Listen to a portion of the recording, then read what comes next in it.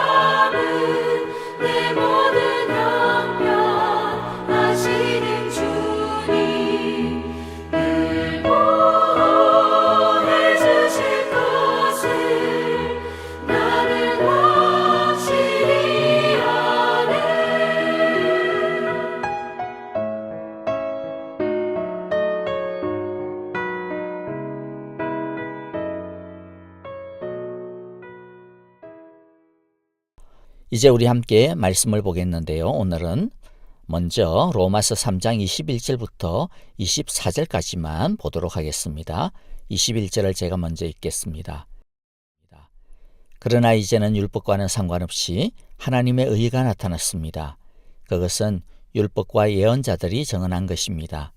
그런데 하나님의 의는 예수 그리스도를 믿는 믿음을 통하여 오는 것인데 모든 믿는 사람에게 미칩니다. 거기에는 아무 차별이 없습니다. 모든 사람이 죄를 범하였습니다. 그래서 사람은 하나님의 영광에 못 미치는 처지에 놓여 있습니다.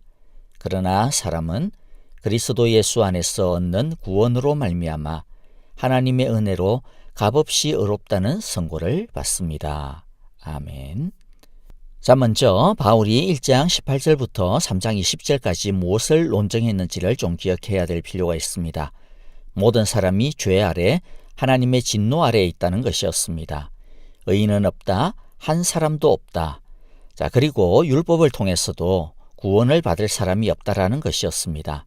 그것은 율법이 무슨 하자가 있어서가 아닙니다. 율법 자체는 완벽합니다. 문제는 율법을 지킬 수 있는 사람이 아무도 없기 때문입니다. 그러므로 그 율법은 죄인에게는 무용지물인 것이죠. 기껏해야 나는 이 율법을 지킬 수 없는 그런 존재구나. 내 선한 행동으로 하나님의 의에 이른다는 것은 절대적으로 불가능한 것이구나.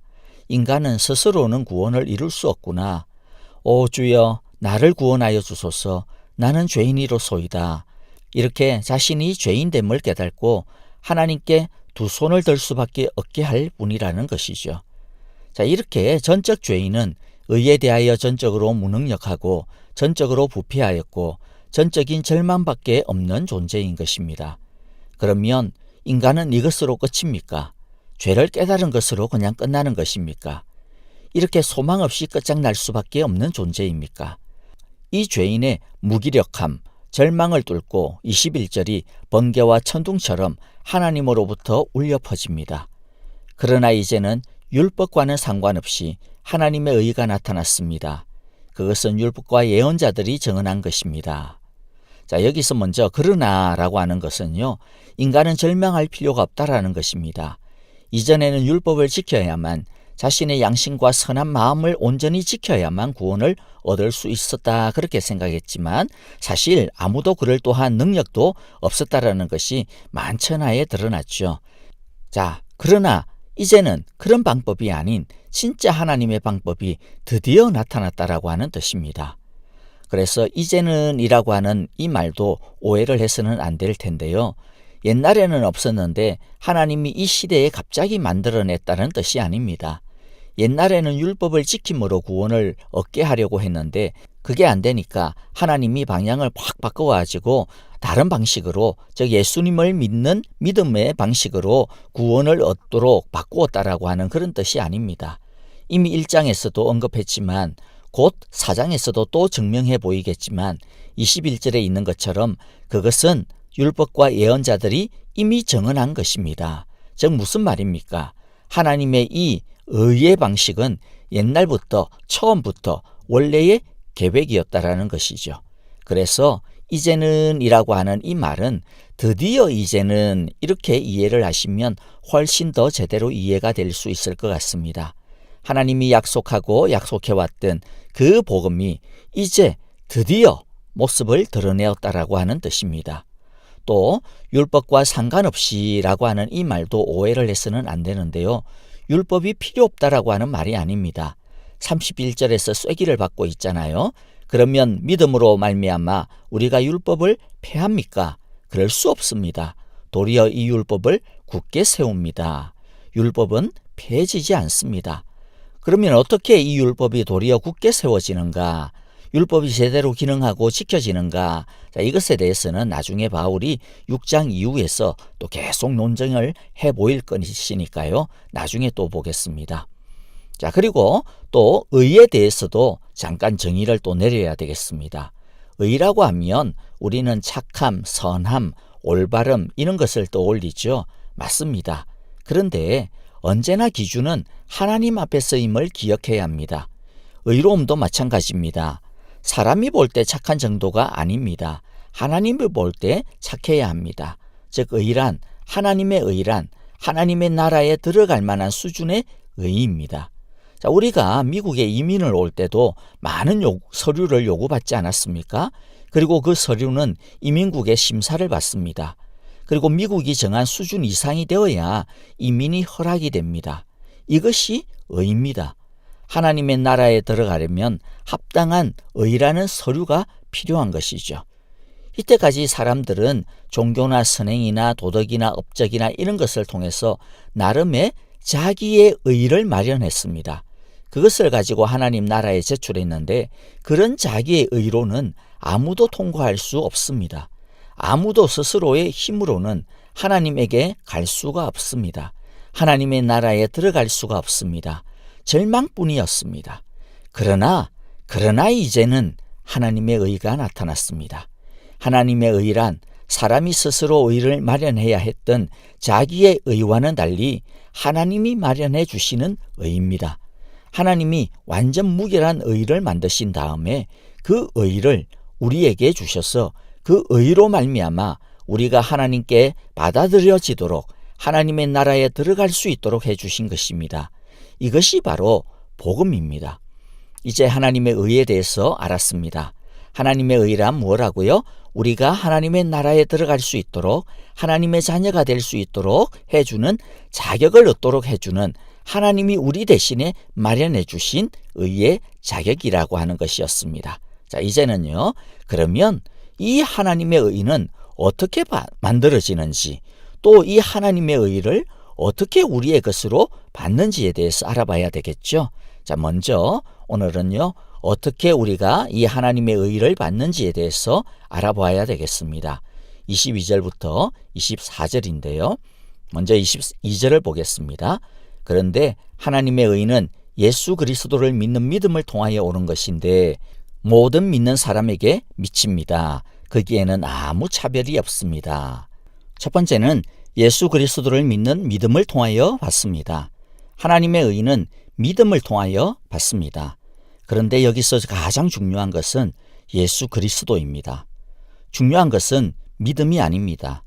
믿음이 주가 되면 믿는 주체인 우리가 부각이 됩니다. 그러면 믿음이 의, 즉 구원의 원인, 근거가 되는 추계기 전도되는 희한한 일이 발생하게 됩니다. 사랑할 때 가장 중요한 것은 사랑하는 방법이 아니고 사랑하는 대상이 가장 중요하듯이 믿음도 믿음의 대상이 가장 중요함을 잊지 마시기 바랍니다. 믿는 행위도 중요하지만 가장 중요하고 본질적인 것은 아닙니다. 믿음은 단지 통로에 불과할 뿐입니다. 결정적인 것은 믿는 행위 자체가 아니라 믿음의 내용입니다. 그래서 그냥 믿음이 아닙니다. 예수 그리스도를 믿는 믿음으로 우리는 하나님의 의를 받습니다. 둘째, 하나님의 은혜로 값없이 받습니다. 24절에 보면 그러나 사람은 그리스도 예수 안에서 얻는 구원으로 말미암아 하나님의 은혜로 값없이 의롭다는 선고를 받습니다. 하나님의 은혜, 값없이라고 하는 말은 우리가 하나님의 의를 받을 수 있는 아무런 자격이 없음에도 불구하고 하나님이 우리에게 당신의 의를 주신다라고 하는 뜻입니다. 우리가 아무런 자격이 없음에 대해 이미 1장 18절부터 3장 20절까지 밝혔습니다. 그리고 23절에서도 다시 밝혀두었습니다. 모든 사람이 죄를 범하였습니다. 그래서 사람은 하나님의 영광에 못 미치는 처지에 놓여 있습니다. 자, 그러면 혹시 이렇게 반문하는 사람이 있을지도 모르겠습니다. 목사님, 물론 우리가 전적인 죄인이어서 다른 의로운 행위로는 하나님의 영광에 이르지 못하는 것을 압니다. 그러나 이제는 우리가 예수님을 믿으니까 그 믿음을 통하여서 우리가 구원을 얻을 수 있는 것 아닙니까? 라고 말이죠. 말은 맞는데요. 이 말을 하는 의도의 함정이 있게 되는 거죠. 무슨 말이냐면 이 말은 우리의 믿음이 예전 유대인들의 율법을 행하는 것의 역할을 대신하게 되는 함정이 있습니다. 다른 선행을 믿음이 대신하는 것이죠. 믿음이 새로운 선행이 되어버린 것입니다. 믿음은 구원을 받게 하는 이유가 아니라 도구에 불과할 뿐이라고 이야기했습니다. 구원의 조건이 절대로 아닙니다.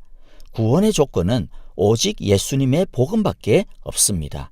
이것을 바로 알지 못하면 내가 구원을 받는 이유는 내가 예수님을 믿었기 때문이야. 좀 더 심하게 표현하면 내가 예수님을 믿어 주었기 때문이야 라고 생각하여 믿음이 자랑할 것이 됩니다. 자랑할 것이 자기의 믿음에게 있다라고 여기게 되는 것이죠. 성령님께서는 이 위험을 아시고 확실하게 못을 박아두고 계시는 것입니다. 하나님의 의는 하나님의 은혜로 값없이 하나님이 주시는 것이야. 우리는 그냥 그것을 받을 뿐이야. 받는 그 통로가 믿음인 것이야 라고 말이죠. 자, 셋째는 하나님의 의는 예수님을 믿기만 하면 차별이 없이 받습니다. 22절에 보면 그러나 하나님의 의는 예수 그리스도를 믿는 믿음을 통하여 오는 것인데 모든 믿는 사람에게 미칩니다. 거기에는 아무 차별이 없습니다. 모든 믿는 사람은 의롭다함을 받습니다. 즉 믿기만 하면 모든 사람이 하나님의 의를 받게 됩니다. 그리고 거기에는 사람이 가진 그 어떤 것으로도 차별이 없습니다. 남자와 여자, 인종, 학력, 재산, 업적, 얼마나 이때까지 착하게 살아왔느냐 아니냐, 어떤 죄를 지었느냐 등등 우리가 상상할 수 있는 그 어떤 조건을 다 가지고 와도 그 어떤 것으로도 차별이 없습니다. 왜냐하면 모든 사람은 하나님 앞에서 모두가 다 죽을 죄인이기 때문입니다. 다 죄인으로 동등하기 때문입니다. 그래서 옛날부터 전해오는 아주 유명한 말이 있는데요. 진리입니다. 모두가 죄인이라서 의를 받을 필요가 없는 사람은 없고 그리스도가 죄인을 위해 죽으셨기 때문에 의를 받지 못할 사람은 없다. 말씀을 마무리하겠습니다. 여러분, 우리 모두가 차별이 없는 이 엄청난 하나님의 사랑의 대상임을 꼭 기억하시기를 바랍니다. 바로 저와 여러분이 이 엄청난 사랑을 지금 받고 있습니다. 혹여나 나는 요즘 믿음이 떨어져서 하나님이 나를 버리시는 것 같아, 하나님이 나를 바라봐주지 않을 거야 라는 걱정이 있습니까? 여러분, 그 무기력증에서 벗어나야 되는데요. 그 무기력증에서 벗어나는 길은 자신의 믿음을 바라보는 대신에 예수님의 십자가를 바라보면 됩니다. 하나님의 값없는 무한한 은혜의 품에 다시 안기면 됩니다. 로이드 존스 목사님의 글을 대신함으로 오늘 말씀을 마무리하겠습니다. 믿음이 있는 사람은 더 이상 자신을 바라보거나 자신에게 기대를 거는 사람이 아닙니다. 그는 더 이상 과거와 현재, 미래의 자기의 모습에 주목하지 않습니다. 그는 오직 주 예수 그리스도와 완성된 구원만을 바라보고 의지합니다. 아멘. 주를 향한 나의 사랑 주께 고백하게 하소서. 아름다운 주의 그늘 아래 살며 주를 보게 하소서. 주님의 말씀 선포될 때에 땅과 하늘 진동하리니 나의 사랑 고백하리라. 나의 구주 나의 친구. 주를 향한 나의 사랑을 주께 고백하게 하소서. 아름다운 주의 그늘 아래 살며 주를 보게 하소서.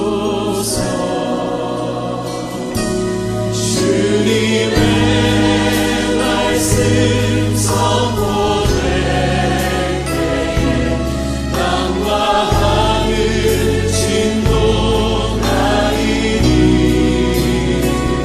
나의 사랑 고백하리라.